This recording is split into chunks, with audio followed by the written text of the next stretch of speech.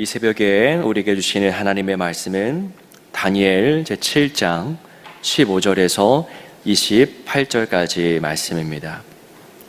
이 말씀을 한 목소리로 우리 함께 읽겠습니다.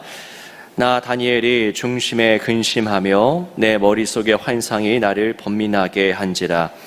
내가 그 곁에 모셔 선 자들 중 하나에게 나아가서 이 모든 일의 진상을 물으매 그가 내게 말하여 그 일의 해석을 알려주며 이르되 그 내 큰 짐승은 세상에 일어날 내 왕이라.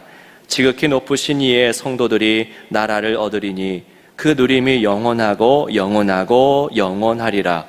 이에 내가 넷째 짐승에 관하여 확실히 알고자 하였으니 곧 그것은 모든 짐승과 달라서 심히 무섭더라. 그 이는 쇠요 그 발톱은 노시니 먹고 부서뜨리고 나머지는 발로 밟았으며 또 그것의 머리에는 10뿔이 있고 그 외에 또 다른 뿔이 나오매 새 뿔이 그 앞에서 빠졌으며 그 뿔에는 눈도 있고 큰 말을 하는 입도 있고 그 모양이 그의 동류보다 더 커 보이더라. 내가 본즉 이 뿔이 성도들과 더불어 싸워 그들에게 이겼더니 옛적부터 항상 계신 이가 와서 지극히 높으신 이의 성도들을 위하여 원한을 풀어주셨고 때가 이름에 성도들이 나라를 얻었더라. 모신 자가 이처럼 이르되 넷째 짐승은 곧 땅의 넷째 나라인데 이는 다른 나라들과는 달라서 온 천하를 삼키고 밟아 부서뜨릴 것이며 그 10뿔은 그 나라에서 일어날 10왕이요 그 후에 또 하나가 일어나리니 그는 먼저 있던 자들과 다르고 또 새 왕을 복종시킬 것이며 그가 장차 지극히 높으신 이를 말로 대적하며 또 지극히 높으신 이의 성도를 괴롭게 할 것이며 그가 또 때와 법을 고치고자 할 것이며 성도들은 그의 손에 붙임 바 되어 한 때와 두 때와 반 때를 지내리라. 그러나 심판이 시작되면 그는 권세를 빼앗기고 완전히 멸망할 것이요 나라와 권세와 온 천하 나라들의 위세가 지극히 높으신 이의 거룩한 백성에게 붙임 바 되리니 그의 나라는 영원한 나라이라. 모든 권세 있는 자들이 다 그를 섬기며 복종하리라. 그 말이 이에 그친지라. 나 다니엘은 중심에 번민하였으며 내 얼굴빛이 변하였으나 내가 이 일을 마음에 간직하였느니라. 아멘. 아멘. 자, 어제 본문에서 다니엘은 환상을 보았던 것을 우리는 확인했습니다. 다니엘이 다른 이의 꿈은 잘 해석해 주지 않았습니까?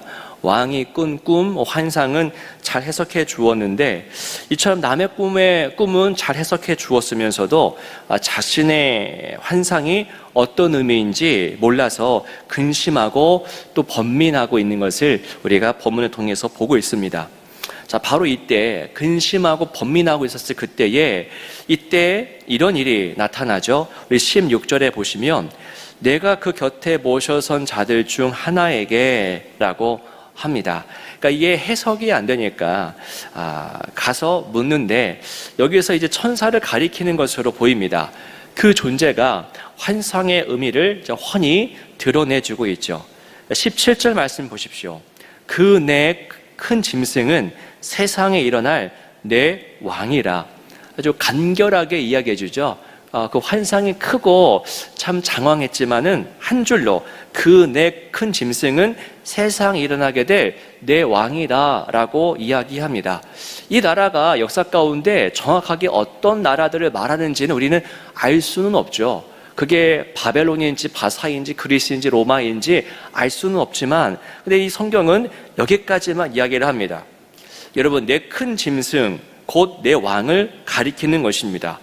다니엘은 이 네 짐승 중에 네 번째 짐승에 대해서 좀 더 알고자 했죠. 왜 그러냐면 이 네 번째 짐승이 특별히 좀 무섭고 더 강력해 보였기 때문입니다. 자, 본문 곳곳에 이 넷째 짐승에 대한 묘사가 기록되어 있는데요. 일단 다른 나라들과는 다르다라는 것이죠. 그리고 온 천하를 삼키고 밟고 부서뜨린다라고 증언합니다. 그리고 지극히 높으신 분을 어떻게 해요? 말로 대적한다고 하죠. 마지막으로 높으신 이의 그 성도들을 아주 괴롭게 한다. 이것이 이 넷째 짐승 또한 그 짐승의 나라의 특징입니다. 강하고 무섭고 괴팍하고 하나님을 대적하고 성도들을 괴롭게 하는 그 나라가 바로 네 번째 짐승의 나라입니다. 이 해석을 듣던 다니엘의 마음은 어땠을까요? 그런데 이 해석은 이것으로 끝이 아니었습니다. 가장 중요한 해석, 가장 아름다운 해석이 남아 있었는데요. 바로 26절과 27절입니다. 이게 사실 이 환상의 핵심입니다. 26절과 27절을 여러분 같이 선포하듯이 읽어보겠습니다. 시작. 그러나 심판이 시작되면 그는 권세를 빼앗기고 완전히 멸망할 것이요 나라와 권세와 온 천하 나라들의 위세가 지극히 높으신 이의 거룩한 백성에게 붙임 바 되리니 그의 나라는 영원한 나라이라. 모든 권세 있는 자들이 다 그를 섬기며 복종하리라. 여러분, 이게 이 무시무시한 환상의 핵심이고 결론입니다. 넷째 짐승이 아무리 강력해 보여도, 아무리 그럴듯해 보여도 이 넷째 짐승의 주인공은 아닙니다. 이 꿈과 환상의 주인공은 아니에요. 넷째 짐승의 나라가 중심인 것도 아닙니다. 하나님이 주인공이고 그분의 나라가 중심입니다. 넷째 짐승은 한 시대, 잠시뿐 이 시대를 풍미하는 배역, 잠시뿐인 배역에 불과했던 겁니다. 여러분, 신앙이란 짐승의 나라만 보는 게 아니라 하나님의 나라를 토대로 해서 잠시 세상에서 권세를 누리는 그 짐승의 나라를 보게 되는 겁니다. 짐승의 나라, 어제 나눴듯이 그 거친 이빨과 발톱을 드러내고 있는 위협하는 그 나라만 보는 것이 아니라 더 강력하고 영원한 하나님의 나라를 뒷배경으로 해서 이 잠시뿐인 나라를 보는 것, 그것이 신앙이죠. 여러분, 우리의 삶 속에서도 이 넷째 짐승들이 참 많이 있습니다. 아주 폭력적인 권세를 누리는 그 권세를 자랑하는 자들이 얼마나 많이 있습니까? 하나님을 없는 것처럼 여기고 내가 하나님인 것인 것처럼 여기고 그리고 그의 성도들을 괴롭게 하는 그런 권력을 가진 자들이 얼마나 많이 있습니까? 하지만 여러분, 본문이 증언하는 진실에 귀를 기울이시길 원합니다. 이 짐승의 나라, 아무리 강력해 보여도 이 짐승의 나라는 한계가 있습니다. 영원하지가 않습니다. 여러분, 오늘 본문의 말씀 우리에게 도전하고 선택하라고 합니다. 어느 나라를 더 사랑할 것인가? 어느 나라를 우리가 더 두려워할 것인가? 또 어느 나라의 시민으로 살고자 하는가? 그 득세하는 세상 권력의 나라의 시민으로 살 것인가? 아니면 하나님 나라의 시민으로 살 것인가? 선택하라고 합니다. 여러분, 이 세상의 힘과 권세는 결코 영원하지 않습니다. 영원할 것처럼 행세하지만 결코 그렇지 않습니다. 요즘 계속 반복되는 주제인데요. 영원한 것과 영원하지 않은 것을 구별할 줄 아는 것이 그것이 진정한 지혜입니다. 잠언 9장 10절에 여호와를 경외하는 것이 무엇의 근본입니까? 지혜의 근본이요. 여러분, 영원하신 분을 알고 영원하신 존재가 누구인지를 구별할 줄 아는 것이 그것이 지혜의 시작, 지혜의 근본입니다. 열왕기하 6장 보시면 아람 군대가 엘리사 그 선지자 한 명 붙잡고자 수많은 군대를 이끌고 옵니다.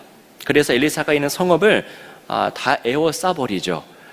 그냥 수색대 몇 명 보낸 게 아니라 그냥 많은 군사를 보내서 성읍을 에워싸버립니다. 그야말로 인해 전술이죠. 수적으로 압도해 버렸습니다. 이 엘리사의 종이 눈을 뜨고 이 광경을 봤을 때에 두려워하기 시작하죠. 와, 엘리사요, 우리는 지금 큰일 났습니다. 이때 엘리사가 어떻게 말합니까? 열왕기하 6장 16절 17절 제가 읽어드리겠습니다. 대답하되 두려워하지 말라. 우리와 함께한 자가 그들과 함께한 자보다 많으니라 하고 기도하여 이르되 여호와여 원하건대 그의 눈을 열어서 보게 하옵소서 하니 여호와께서 그 청년의 눈을 여심해 그가 보니 불말과 불병거가 산에 가득하여 엘리사를 둘렀더라. 엘리사의 기도가 뭡니까? 하나님, 이 청년의 눈을 열어 주옵소서, 눈을 열어 주옵소서라고 합니다. 여러분, 이게 신앙입니다. 신앙이란 무엇입니까? 새로운 눈이 열리는 것입니다. 우리 눈에 수정체가 있지 않습니까? 수정체 안에는 이 조리개가 있는데 그 조리개를 조였다가 풀었다면서 보는 대상을 조절합니다. 신앙이라 이처럼 영적인 수정체가 조리개를 조정하여서 좀 더 다른 세계를 보게 하는 것입니다. 이게 신앙입니다. 여러분 독서할 때 보십시오. 어린아이들, 정말 이제 막 글씨를 읽기 시작한 아이들은요, 처음에 어떻게 읽습니까? 기역 따로, 아 따로 이렇게 읽습니다. 그러다가 좀 나아지면은 기역, 하니까 가, 한 글자 한 글자씩 그냥 천천히 읽죠. 그러다가 여러분들 어떻게 읽으십니까? 한 글자씩 읽지 않고요, 우리 글을 볼 때에 한 단어씩 보죠. 보통 한 글자가 아니라 한 단어. 그리고 조금 더 숙련되면은 한 문장이 한눈에 들어오고, 조금 더 숙련되면요, 많은 사람, 어떤 분들은 한 단락이 눈에 훤히 들어온다고 합니다. 이처럼 시야각이 점차 넓어지죠. 시야각이 커지는 겁니다. 신앙이 여러분 그런 일을 하는 겁니다. 현실을, 이 작은 짧은 현실을 더 영원이라고 하는 시간 위에 두고 보는 것, 그것이 신앙의 힘입니다. 현실에 정말 크고 작은 사건들을 하나님의 크신 권능 앞에 두고 보는 것, 이것이 신앙이죠. 우리가 많이 반복했지만 문제만 보지 않고 문제를 그 문제보다 더 크고 강하신 하나님 앞에 두고서 보는 것, 그러니까 시야각이 달라지는 것, 이것이 신앙의 능력입니다.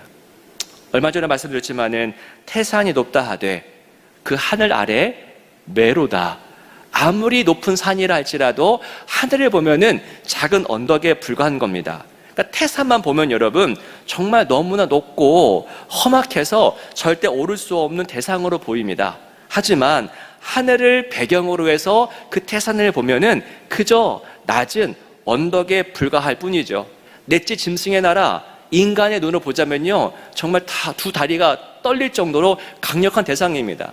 하지만 하나님을 배경으로 해서 그 넷째 나라를 보면은 여러분 능치 못할 일이 없는 하나님의 권능으로 인해서 그 대상을 우리가 상대할 수 있게 되는 겁니다. 본문의 메시지가 무엇입니까? 두려워할 자를 두려워하라, 이겁니다. 진짜 두려워할 대상을 두려워하라. 당장 눈으로 보기에 넷째 짐승 그리고 그의 나라가 가장 두렵죠. 하지만 그 넷째 짐승, 그 나라를 영원하신 하나님 앞에 두고 보라는 겁니다. 그러면 누구를 두려워할지를 우리는 알게 된다는 것이죠. 순간을 두려워하여 영원을 우습게 여기지 말라, 주님께서 말씀합니다. 오늘 말씀의 결론이 뭡니까? 영원한 나라를 말하지 않습니까? 그 영원성을 바라보라는 겁니다. 그 태산에 시선이 빼앗겨서 더 높은 하늘을 간과하고 많은 실수를 범하지 말라고 주님이 말씀합니다. 넷째 짐승을 아주 두려워하느라 정작 두려워해야 할 하나님을 뒷전으로 하지 말라, 주님께서 말씀하십니다. 자, 내일이면 우리 자녀들이 수능 시험을 봅니다. 나이 20쯤에 받아야 하는 그런 평가죠. 우리 자녀들이 정말 잘 이겨내기를 원합니다. 잘 보고 건강하게 끝내기를 원합니다. 하지만 이 한 가지를 꼭 기억했으면 좋겠습니다. 이 평가, 나이 20쯤에 받는 이 평가를 두고 두려워할 줄 알면서 더 영원한 심판, 영원한 평가에 대해선 정말 우리가 무감하다면 우리의 삶은 다시 정비되어야 합니다. 나이 20에 받는 평가도 참 중요하지만 더 중요한 것은 영원한 심판, 영원한 평가라는 것이죠. 여러분, 우리 삶의 그 어떠한 문제보다 하나님이 더 크고 강하십니다. 그 하나님의 존재, 하나님의 일하심을 우리가 간과하지 말기를 원하고요. 내일이 있을 우리 자녀들의 정말 중요한 그 시험의 문제도, 여러분의 건강의 문제도, 모든 자녀와 배우자들 또 부모님들의 그 모든 문제들도 더 크고 강하신 하나님 앞에 두고 볼 줄 아는 그 신앙의 시야가 열리는 그 복됨을 누리게 되기를 주님의 이름으로 축원합니다. 기도하겠습니다. 살아계신 하나님, 오늘 말씀에 이 메시지를 마음에 새기기를 원합니다. 넷째 짐승의 나라, 가장 강력해 보이지만 그러나 그 나라 역시 더 영원한 하나님의 나라 앞에서는 보잘것없는 하늘 아래 매일 뿐인 그런 나라입니다. 우리의 삶의 모든 문제가 그렇습니다.